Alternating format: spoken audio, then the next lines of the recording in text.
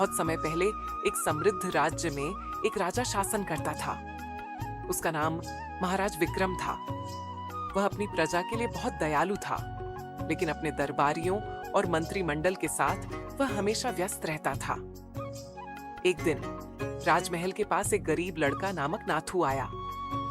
नाथू बहुत गरीब था, लेकिन उसकी आंखों में एक अद्भुत चमक थी। वह दिन रात मेहनत करता था, फिर भी उसके पास मुश्किल से 2 वक्त की रोटी होती थी।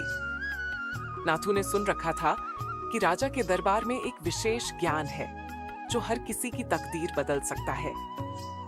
उसकी जिज्ञासा और उम्मीदें उसे राजा के पास ले आईं। वह राजा से मिलने का अवसर पाना चाहता था, ताकि वह जान सके कि आखिर वह भी कभी समृद्ध क्यों नहीं हो सकता। नाथू एक दिन राजा के दरबार में पहुंचा। जब उसने दरबार में दाखिल होने की कोशिश की, तो महल के सिपाही उसे रोकने लगे। पर नाथू ने उनसे कहा, मैं तो सिर्फ एक गरीब हूँ, लेकिन क्या मुझे इतना भी अधिकार नहीं कि मैं राजा से एक सवाल पूछ सकूं? सिपाही को उसकी बातों में कुछ खास लगा और उसने राजा से यह बात कही। राजा ने उसे महल में बुलवाया। नाथू राजा के सामने खड़ा था और उसकी आंखों में अजीब सी उम्मीद और उत्सुकता थी। राजा ने पूछा, क्या पूछना चाहते हो तुम? महाराज, मैं जानना चाहता हूं कि आप इतने समृद्ध और शक्तिशाली क्यों हैं, जबकि मैं एक गरीब और निराशावादी इंसान हूं। क्या वह कोई खास राज है जो आपके पास है? नाथू, तुम्हारा सवाल बहुत दिलचस्प है। मैं तुम्हें इसका उत्तर देने के लिए एक चुनौती देता हूँ। अगर तुम इस चुनौती को पूरा कर सको, तो तुम्हारे सवाल का उत्तर तुम्हें मिल जाएगा। मैं तैयार हूं महाराज। तुम्हें मेरे महल के बाहर 3 दिन के भीतर एक दुर्लभ फूल ढूंढ कर लाना होगा। ये फूल सिर्फ सबसे गहरे जंगल में पाया जाता है। तुम जो देखोगे वही तुम्हारा मार्गदर्शन होगा। नाथू ने चुनौती स्वीकार की और 3 दिन के भीतर उस फूल को ढूंढने के लिए जंगल में निकल पड़ा। जंगल बहुत घना और भयावह था और रास्ते में उसे अनेक मुश्किलों का सामना करना पड़ा। उसने कई बार सोचा कि वह वापस लौट जाए, लेकिन उसकी जिज्ञासा उसे आगे बढ़ने के लिए प्रेरित करती रही। तीसरे दिन नाथू ने आखिरकार उस दुर्लभ फूल को ढूंढ लिया।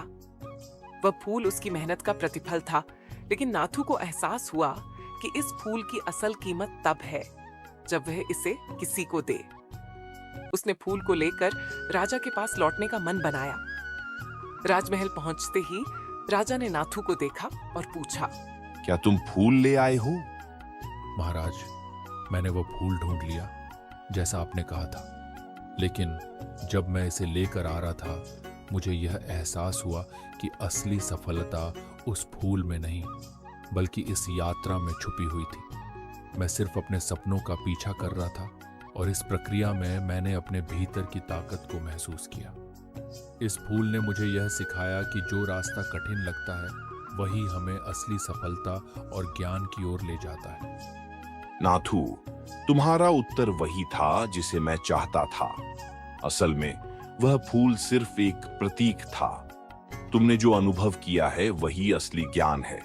जीवन में जो संघर्ष हम करते हैं, वह हमें हमारी सबसे बड़ी ताकत और आत्मविश्वास देता है। इस तरह राजा और नाथू दोनों ने यह सीखा कि असली संपत्ति धन में नहीं, बल्कि ज्ञान, संघर्ष और आत्मविश्वास में है। और नाथू अब केवल एक गरीब नहीं, बल्कि एक समृद्ध आत्मा बन चुका था।